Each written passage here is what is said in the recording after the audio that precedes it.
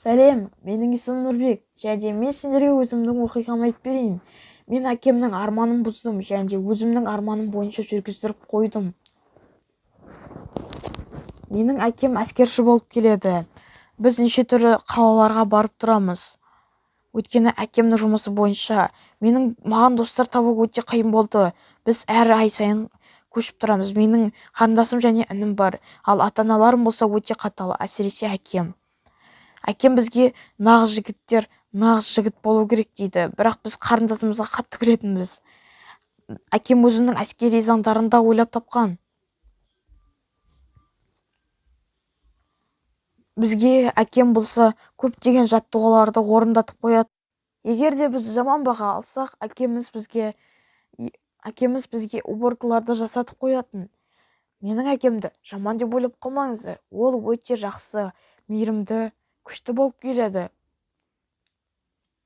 Бір күні біз қызықты походқа бардық. Ол кезде мен қатты күлген тұғымын. Біз походқа бардық, және әкем өзімен бірге үй шатырын алуды ұмытып кетті. Сол кезде біз жаңбырдың астында қалып қойдық. Бірақ сонда да қызық болды ма? Әкем болса бір күні соның кесірінен үйді жинады. Мен әкеммен қатты мақтанамын. Әкем болса қару-жарақтарды жинауды үйретеді, және жабайы орманда қалай өмір сүруді бәрін үйретті. Мен анамы Мексикадағы әскери колледжге түскім келгенін айттым. Бірақ анам болса маған қарсы болды, өйткені ол өте алыс болды. Мен әкем сияқты болғым келді. Мен бұл сәтті ұзақ күттім. Сонда да мен ол колледжге түсіп кеттім. Мен оны тезірек әкеме айтқым келді. Біраз күндерден кейін анама ауруханадан хабарласты. Әкемнің ауыр халде екенін айтты.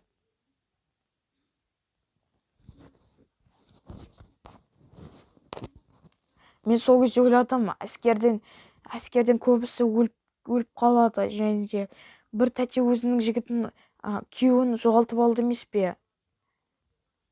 Мен әкем сияқты болғым келмеді, өйткені ойым түбегейлі өзгерді. Мен ол жұмыстан қорқа бастадым. Егер де әкемнің орнында мен болсам ше, мен де әкем сияқты жарақаттанатын едім. Келесі күні тағы да әкем туралы хабарласты. Сол кезде біз әкемізді көре алдық. Әкеміз ауыр халде жатты. Мен дәрігерлерден әкемнің халін нақты білгім келді, бірақ олар маған сабырлық танытпай ештеңе деген жоқ. Бірақ ол жерде бір Джейн деген тәте болды. Ол тәте маған әкемнің қандай халде екенін бәрін нақтылап айтып берді. Неше түрлі дәрі-дәрмектерді беретін. Мен сол тәтенің арқасында сол жұмысқа қызыға бастадым. Яғни дәрігердің жұмысына қатты қызықтым. Ұзақ уақыттардан кейін әкем жазылып кетті. Мен сол дәрігерлердің жұмысын оқи бастадым, ал әскери жұмысты мен тастап кеткім келді. Мен оны әкеме айтқым келді. Bir күні сонда да әкеме айтып бердім.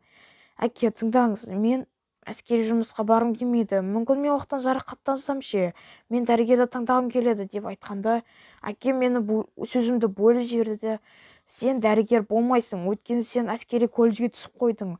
Болды, точка деп айқайлап жіберді. Мен сол кезде қатты қорқып кеттім. Мен сонда да дәрігер болғым келді. Әкеме сіздің жұмысыңыз қандай қиын, қауіпті екенін айттым. Әке, сіздің жұмысыңыз өте қиын. Мен оны жалғастыра алмаймын. Қандай жұмысы болса да мейлі емес пе? Ішкі жан дүниең мейірімді болса жақсы емес пе деп айттым. Әкем болса көзіне жас алып, маған мейлі балам, әйтеуір бір мамандыққа түс, мен сені қатты қинамаймын, әскер болмасаң болмай-ақ та ғой деп маған жауап қатты. Мен сол кезде өте қатты жылап жібердім. Әкем болса мені жұбатты. Әкем тағы да әскери дайындықты ұмытпасаңшы деді. Мен сол кезде иә деп жауап бердім. Бірақ әкемнің арманы менің әскер болу еді. Біз қайтадан госпитальға бардық. Сол кезде әкем Джейн тәтеден сұрады. Яғни менің дәрігер болуымды сұрады. Егер де сіздерге, достар, видео ұнаса, каналға тіркеліп лайк басамыз.